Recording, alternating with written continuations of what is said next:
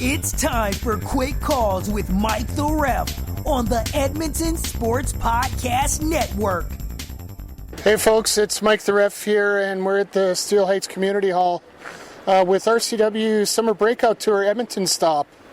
I'm joined by a couple buddies of mine here. Of course, the wrestling mind, Brian Hamilton. Always a pleasure.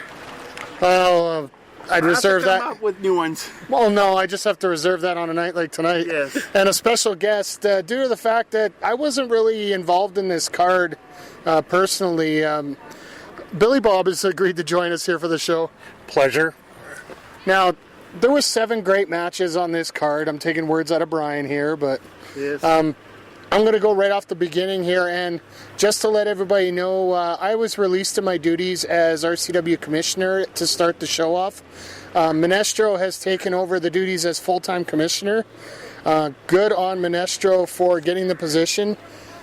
He's got a lot of work ahead of him, as you will find out during this cast, and Godspeed. And folks, I got one comment on this show that I'm going to get to later on that, trust me folks, you're not going to want to miss this one.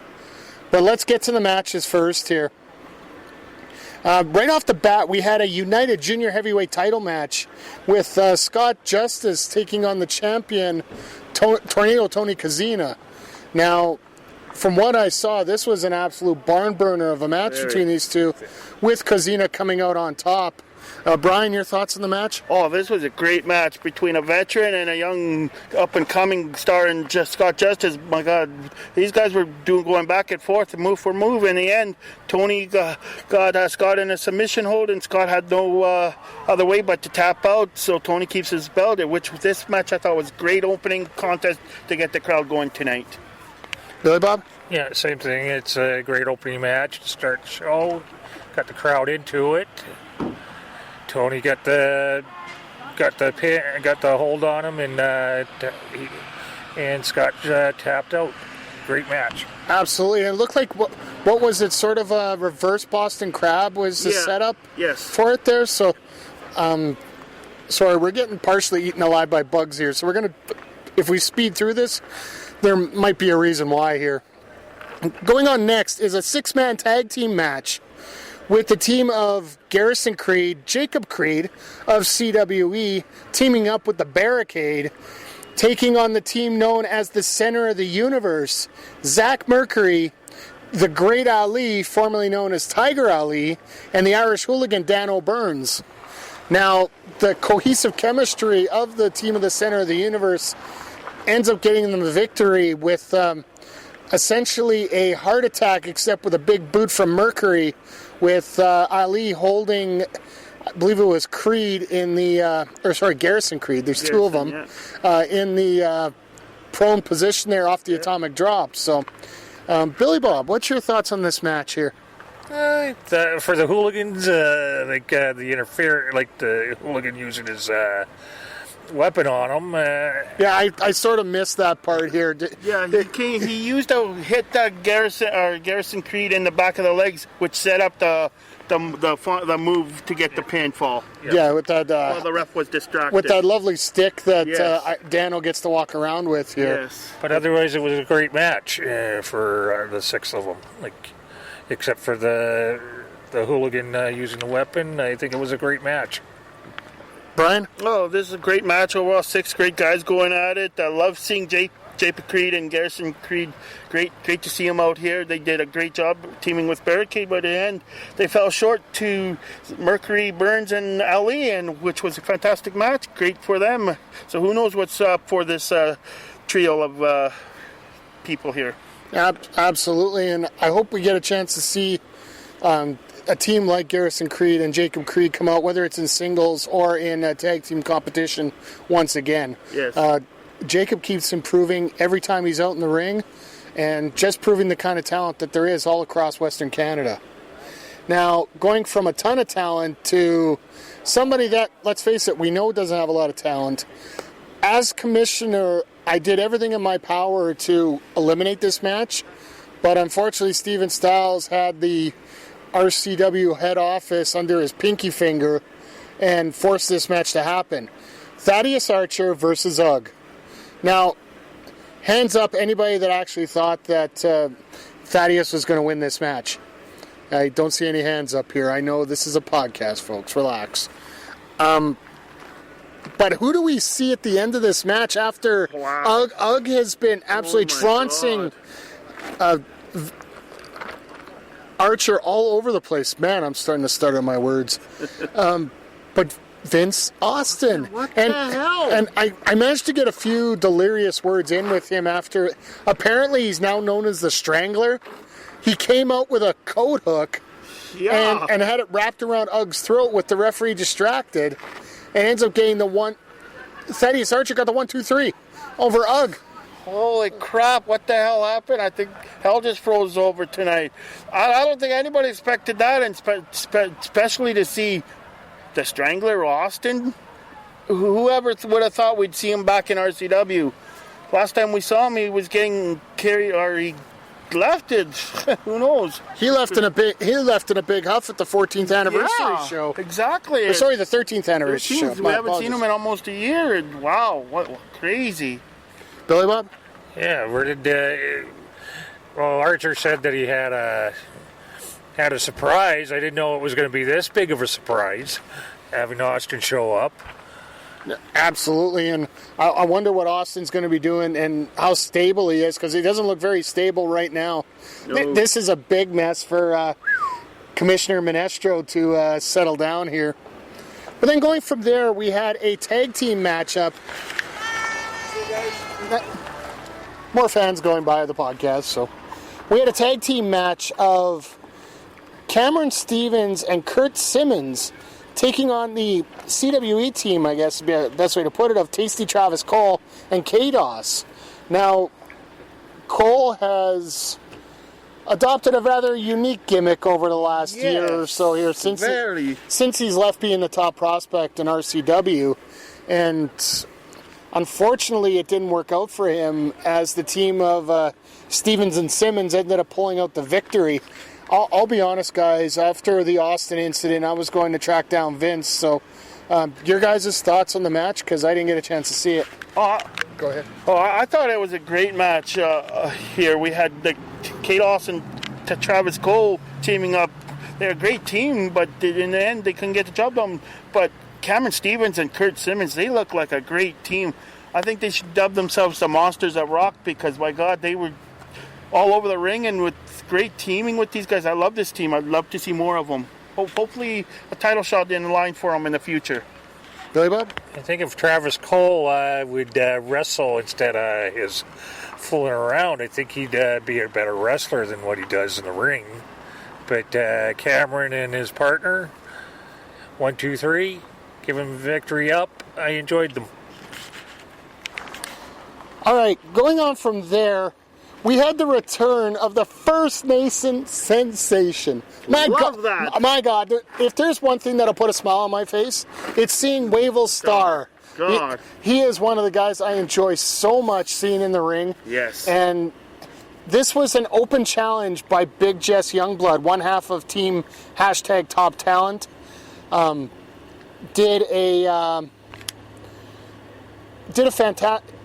Wavell did a fantastic job in this match. Both these guys, I've sung the praises of Big Jess so much for everything that he's done, and no matter what kind of mood you're in, watching a Big Jess Wavell Star match will put you in a good mood. God, yes. If you are a wrestling fan. Yes. In the end, Wavell gets the victory, and who knows? I hope he's back for more of a run than what his previous been at, just one and done kind of deals here. I hope he's back for a lot more. Billy Bob, your thoughts on the match? I enjoyed it. Both guys were excellent, and having Wavell Star back, it was nice seeing him. Excellent job. Big Jess and him put on a great show. Nice seeing Wavell win the match. Hopefully we get to see him again. Brian? I thought this was a great match between two big guys going at it.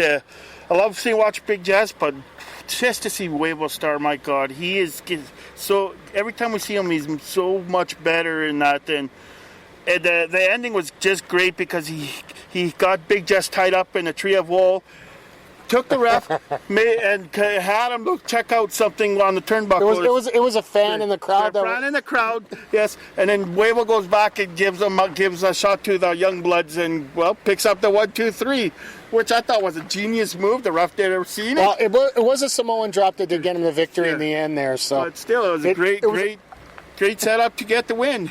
Absolutely, and like I said, when you have those two guys in the ring, you have to enjoy it. There's no doubt. Okay, the next match we're going to skip. We're going to get to that at the end here, folks, because I don't want to ruin a good show by bringing up a bad segment here. So we're going to go straight to the main event, and this was for the British Commonwealth Championship. Now, this got set up earlier in the day. I guess it was my last act of being commissioner here in RCW. Knight came up to me with a chair and a proposition. He said, give me a title match against Strife, or you're going to eat this chair. Now, I have a very good diet, but I don't have that good of a diet. So I forgave, and I sanctioned this match. And I am so glad that I did. Yes. This match, two guys that went absolutely crazy for each other in the ring, just back and forth, so many moves. You got Knight jumping off the top of the wall again. Yeah. But instead of actually splashing on, he ate a super kick. Yes. That was crazy to see. That was absolutely crazy to see. Now, in the end, it ended up being a super pedigree from the second rope from Strife onto Knight for the victory.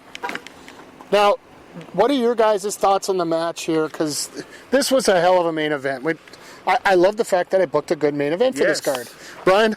Oh, this great match to see Knight and Strife. My God, they match up so well together. And then you have Thaddeus in Knight's corner, and Knight is just more vicious now than ever. And to see what these guys were doing, they were all over the building using chairs and whatnot. And Knight, like you said, jumping off a balcony, an edge of the wall, getting super kicked in midair. Oh my God, this is so. It was incredible to see. What a great main event that you booked, Mike. Loved it. Thank you very, very much. At least I'm glad I did something right. Billy Bob? Yeah, excellent match you put together. Having Big Bird there at ringside for Knight. Oh my God, yes. Thaddeus in his yellow suit. That was going to be my highlight of the night because he looked like a highlighter. Yeah. But glow in the dark highlighter. The thought of the match? It was a great match, both back and forth. Seeing Knight on top of that corner of the wall there, coming down and getting super kicked. But it was an excellent match. Both guys kicking each other almost to death. But with Strife coming out with the victory, it was an excellent match. Absolutely, and it was a great way to end the night off with a hell of a match to finish off. First night to the Minestra regime here. If that was the entire card, folks, I would have not minded. No. Let's get to the good part here, this last match I have to talk about. You got the RCW Canadian Heavyweight Championship. You got Heavy Metal taking on Virgil. I cannot believe I'm spitting those words out of my mouth. I am going to say this right now. Squig, you're an idiot. I'm just going to throw that out there, and we'll just leave that out there. Yes. But I got to admit, this wasn't a half-bad match. No. They did make it Falls Count Anywhere, or at least the hardcore rules, essentially. That's what I thought it was, but because we didn't really hear if it was or not. Metal's not with the company, so you can't really make them follow company rules. I guess the way to put it. In the end, it ends up being a count-out victory for Heavy Metal over Virgil. Now, before we get to anything after the match here, and this is the part that I was talking about earlier, let's talk about the match first, okay? Yes. Your thoughts? I thought it was a great match overall. It was great to see Virgil. He looks fantastic for how old he is. And my God, going against Metal, he gave Metal a good run for his money. By the end, though, Metal outsmarted him. Virgil got counted out. He retains the title. It was great to see. Billy Bob? Yeah, excellent match. Both Virgil and Strangler, boys. We're going to have to be quick because I think Vince is going to come over and choke me here. But anyway, go ahead, Billy Bob. Great match, both Metal and Virgil. Great match. Both of them put on a good show. And Metal got the count out to win the match. And technically, if you go by the old rules, he is the $1 million champion, but I don't think Virgil was putting that belt on the line anytime soon. No. All right, well, I guess we got... You know what?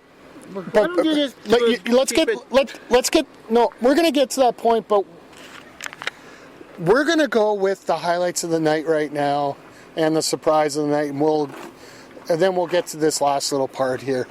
Billy Bob, let you go first. My match of the night was Knight and Strafe. Excellent match for both of them. Both kicking and all that. I enjoyed it. Brian? My match of the night is Tony Kazina and Scott Justice for the Unified Canadian Junior Heavyweight title. This was a great way to start the show. These guys know how to perform. It was a veteran going against a young star, and the veteran picked up the win tonight. But Justice gave him one hell of a good fight. But in the end, no, Justice tapped out. Kazina retains his title. It was great to see Tony, as always. I love watching that guy. He's always so much better every time we see him. And I'm going to give two highlights of the night. I've already given one already, and that's the highlighter of the night, which is Thaddeus Archer in that bright yellow suit. Looks like a highlighter. And then from there, I'm going to give it to Big Jess and Wavell Star. Yes. Those two, I would love to watch a best 101 with them. Oh, God, If you could keep everything to the ring with Big Jess Youngblood, I would absolutely love it. And Wavell Star, well, we've seen him here long before. We've seen him here now. We see him in HIW. He is the First Nation sensation for a reason. Okay. Well, we're going to get into this. I'm going to let these guys give their thoughts on this. And then I have a bit of a statement I'm going to make myself here. I don't want to make these guys have to sit through this while getting eaten with bugs. So, at the conclusion of the heavyweight title match, before the main event, Heavy Metal gets on the mic. And he has demanded that Squig come out. And it's time for him to make his life a living hell. Okay, fair enough. I could see where Metal's coming from here. Sorry, fly flew in my mouth there. Squig comes out, and Metal says he has everything. He's faced every challenge possible. And the only thing that he hasn't got is the company, RCW. So he's challenged Squig, Steven Styles, to a 2-on-2 matchup with team top talent, Jesse Youngblood and Heavy Metal, versus Steven Styles and a partner of his choosing. Now, this is, how do I put this? Steve was being smart for once. He said, no, why would I do that? Seriously, it was like, it didn't make any sense. And it's like when Metal stole the belt right at the beginning. Everybody says possession's 9/10 of the law. Yeah, the other 10th is theft. Call the damn cops and get them arrested. But anyway, so he's saying no, which, I'm just sitting back as a fan, and I'm like, okay, for once Steve is making sense. Next thing I know, Big Jess is flying by me with Steven's kid, Matthew, and threw him into the ring. And Metal set him up in a pile driver position, threatening if you do not give him this match, he will pile drive Steven's kid, Matthew. Now, Steven's getting incensed. Minestro's getting incensed. Essentially, they gave the match to him. And Minestro added it into a steel cage War Games match. So it could be a handicap match, then a 2-on-2. This is scheduled for the Rise of Legends tour in October. But the part that got me, folks, was immediately following that. They granted the match. Heavy Metal gave Matthew Waschuk a pile driver anyway, regardless. He laid there motionless. The crowd was silent. Kids were crying. Parents were upset, ready to riot almost. Pretty close. It was a very disgusting sight. I'm already getting fired up just talking about it right now. I'm going to let you guys give your thoughts, and then I'll take a quick little break, and I'm going to come back with my entire thing about this. But, Billy Bob, your thoughts? Well, for Metal asking for this asking for the match, and Steven saying no for a while, and then all of a sudden they gave in to him. Okay, yeah, it's a good match for October setting up, but for what happened after, no, I didn't like that. It's not. Why use a kid to get your to set the message? You don't do that. Brian? I did not like it. I thought it was disgusting. It was great the way to kind of a good way set up, but did not have to end with a pile driver. If they would have said, "Okay, we got the match, let out, just dropped them and tossed them out the rings and good and left," it would have been great. But what they did was disgusting. I don't know how this company is going to survive. I think there's going to be a lot of fans not going to return to watch this show now because of this incident. Who knows? But if people do come, I think it's going to be a great storyline how they lead into it for the next 3 months till October. So you don't know what's going to happen, but I just thought it was horrible the way they did it. I don't know how old Matthew was, but I mean, he's probably 7, 8 years old. I didn't think that was right. If they would have used maybe a teenager or something, about 14, 15, it would have been a lot better because, maybe a bigger kid and that nobody would have really been complaining. But this is horrible. All right, well, I'm going to give my thoughts here in just 1 second, but I want to thank Billy Bob for joining me here on this show. Thank you for having me, and keep coming out to independent wrestling. It's excellent. Well, we'll get to the next shows here, especially next weekend's PWA Night of Champions show from the Northgate Lions Senior Center. But we'll talk about that next week when it comes up here. I got a feeling I got more than one show about this little incident here. But Brian, I want to thank you for joining me as well. Always a pleasure, and I can't wait to do this next Saturday. And don't forget, folks, check out Facebook.com/Alberta Wrestling Photos for all the photos that Brian has been taking from even last night's WWE show as well as tonight's RCW show. We will have them online. I don't know if Brian got a picture of the alleged incident there, but I think he might have been in shock. But we'll see what comes up here. Yes. But stay tuned, folks, because trust me, you ain't gonna want to miss this.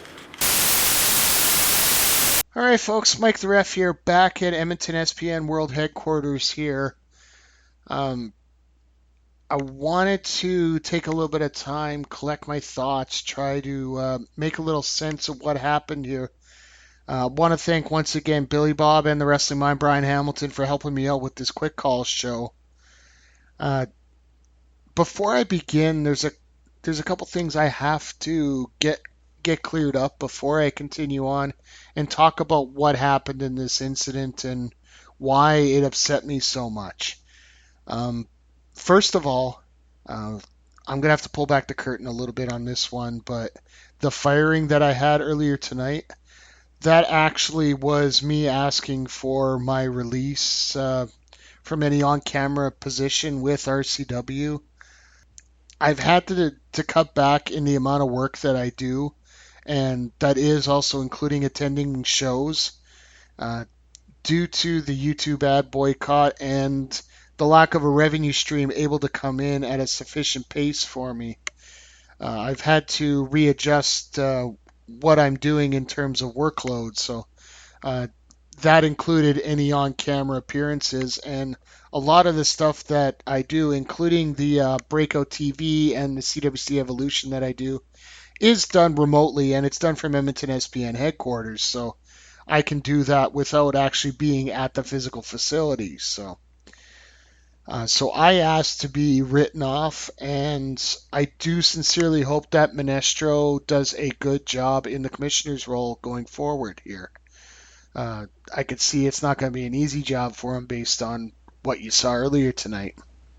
Now, the other thing I want to bring up, and I want to make this poignantly clear, folks, what happened tonight has nothing to do with the locker room of RCW in terms of the talent of the wrestlers in RCW, because you got guys there that are uber talented on that roster, and in terms of their athletic ability and what they can do in the ring, I would encourage you in spades to go see them in a open atmosphere of wrestling where they get a chance to explore their abilities and show them off for you.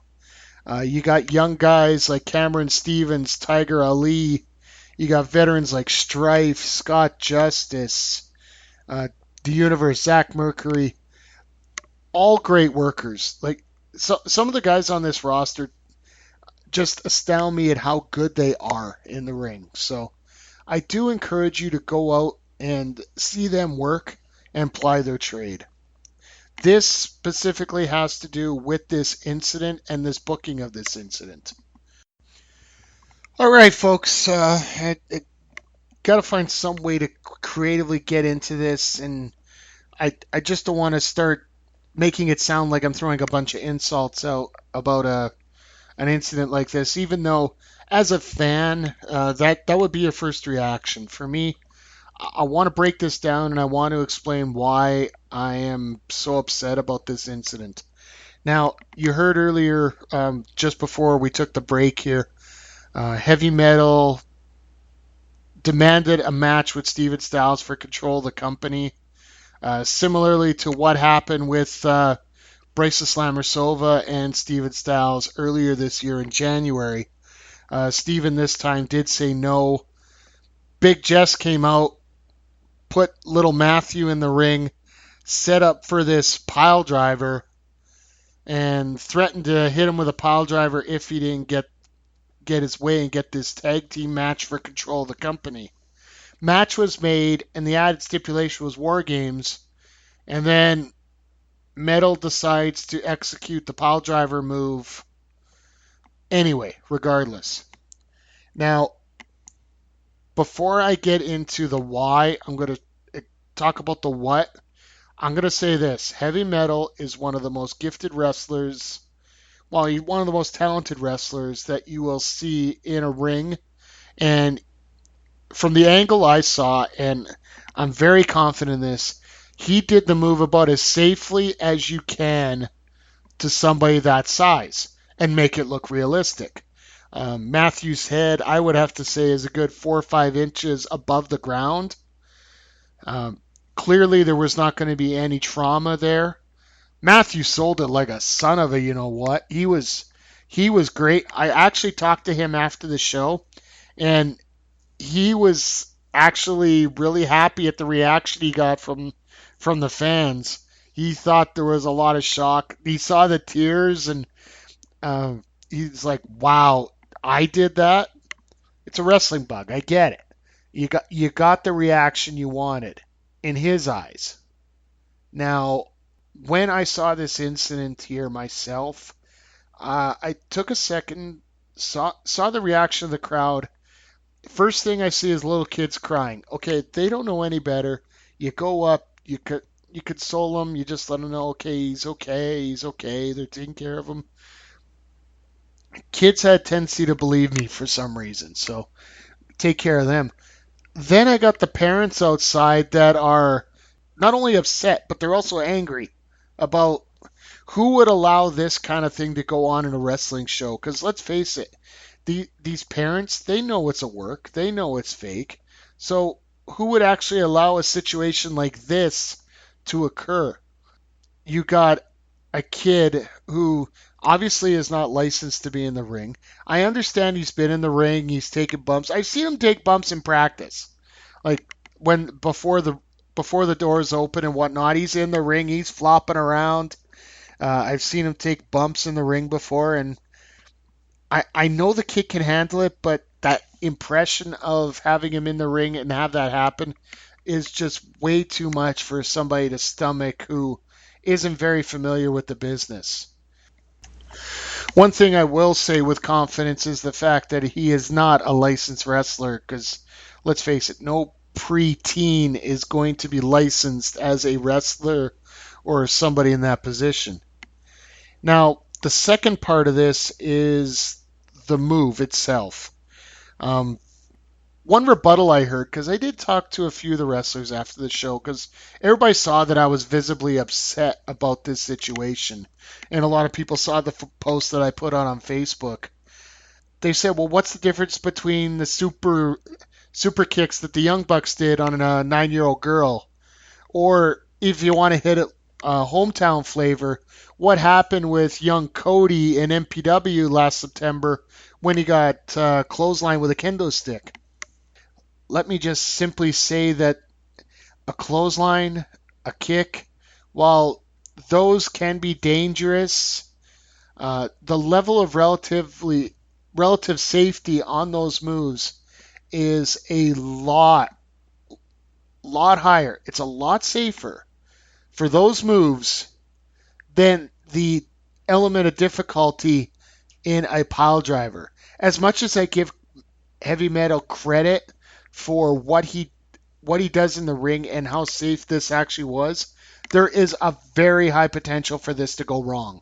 And that's the part that I worry about more than anything. I have faith that they can do the move properly, but as much as people have faith, I have faith to win the lottery every week. Lord knows it ain't going to happen, so why take that chance when you don't need to? And on top of that, the pile driver is a move that so many federations have banned. Like WWE, there's only 2 people that are allowed to do it, and neither one of them technically is active right now because one's in an election and one just lost to Roman Reigns at WrestleMania and hasn't been seen since after he left his gloves in the ring. Many different federations have even played up the fact that they don't allow the pile driver because of what has happened. Let's face it, Stone Cold Steve Austin dropped on his head by Owen Hart. Just a slight little mistake by one of the most careful workers in the business in Owen Hart caused a temporary paralysis for a time. Now, the super kicks, I haven't seen the video. I've heard of it. I'm sure the Bucks took the utmost care of the person in the ring, as I'm saying Metal has as well. And I know for a fact I was at the time where Cody got hit with that kendo stick. He basically ran down and avoided the kendo stick as he didn't get hit with it. It was all him falling down on it. Those 2 moves there, they were in a control situation where very little can go wrong. With a pile driver, there is so much more that can go wrong in that situation. I have full faith, once again, like I said, in Heavy Metal, but there just is that factor in there. Now, okay, you know what? I can understand trying to get a big pop or something like this leading into a big show. Now, I understand Rise of Legends is essentially their SummerSlam, if you want to consider the anniversary show, the WrestleMania of RCW. But this is June 17th. That's in October. You're trying to tell me now that you're supposed to find a way to keep the heat up between Metal and Styles for that long with this many shows involved? I'd like to see him try, but if you are going to pull something off like this, first of all, find somebody that is a little more appropriate to do this. But if you're going to run this angle, which I understand that they want to run it and whatnot, but do it a little bit closer to the match that you're actually going to do. Unless you're selling tickets that night to the October show, which you're not, usually the tickets go on sale for a month, maybe 2 in advance. Then what's the point? You're losing the momentum of a situation like this by not having tickets available already for that show coming up because everybody wants to see what you're going to do. But now you have 3 full months worth of shows in between that you have to fill with something that keeps Steven Styles that hot against Metal, to which, as far as I'm concerned, I'm not a parent. I am the closest thing to a definition of a wrestling nerd in every stereotype, outside of the fact that I don't live in my mother's basement, that you can get right now. But I will say this. If it was my kid that this happened to, and I ran the promotion, this show would stop Metal would have had the cops called on him. And every time I see Metal, I would want to find every which way to beat his blankety blank blank blank all over God's green earth, regardless of sanction or whatever from a commissioner or whatever authority figure they throw ahead of him. I wouldn't care what was said. I'd be wanting to kick the crap out of this guy every chance I see him, no matter what. No rules, no nothing, no trying decency. I'd be out there just beating the crap out of him nonstop. Something a little more drastic than what's going to happen here, because let's face it, you got to have Metal around, you got to have Styles around. Styles right now should be solely focused on destroying Metal at all costs, and Metal is got to find a way to just cheek away the whole time. But it has to be taken to another level. It has to be taken to that umpteenth level instead of where they think they might have it. I don't think they can maintain that momentum for 3 months. I don't think anybody can. Which makes a situation like this, I'm not going to say pointless, but not as effective as it truly could be. Trying to pull something like this tonight, and then to have a match after that. That's the other thing that got me here. You just had a kid boarded out on a table, and you're telling your ring announcer to keep the show going because you got one more match. Let's face it, folks, if this was a quote-unquote a real-life situation here, are you running that last match? This is not the WWE where you have tapings and you have contracts and whatnot. This is an indie promotion here, and you just had a kid pile driven. You take the kid out, you end the show. That's it. So I don't know what they expected the crowd to get into a main event like that. You had some that tried to get involved with it, but let's face it, that crowd died at that point. Strife and Knight did everything they could to keep things going, and personally, watching X, Y, and Z moves in the match, it actually worked out really well with those guys. But it could have been a lot better if the order of the booking went right there. So, and the last thing I want to bring up is essentially when we're dealing with the safety factor here, you just come off a situation where in the Edmonton mixed martial arts community and the fighting community, you have a MMA fighter, Tim Hague, who has appeared at various PWA shows. So a lot of the fans do have a little bit of recollection as to who he is. He is currently in critical condition following a fight with former Edmonton Eskimo Adam Braidwood. Preliminary reports were false that he actually passed away. Last I heard, he was in critical condition. I haven't been able to look at the update as of 1 a.m. on the 18th here. But you have such a sensitive subject like that in the community, and then you have a kid who is getting boarded off, and I understand suspension of belief right now, but that gets a little touchy at this point.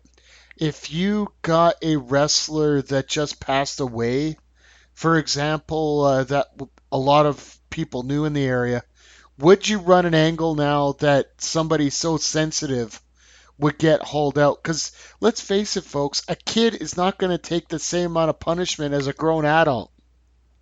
Throwing that pile driver on Steven Styles rather than Matthew Styles, for lack of a better name, that's going to be a hell of a difference. So I've been at this for over 15 minutes here, folks, so I don't want to harp on it too long.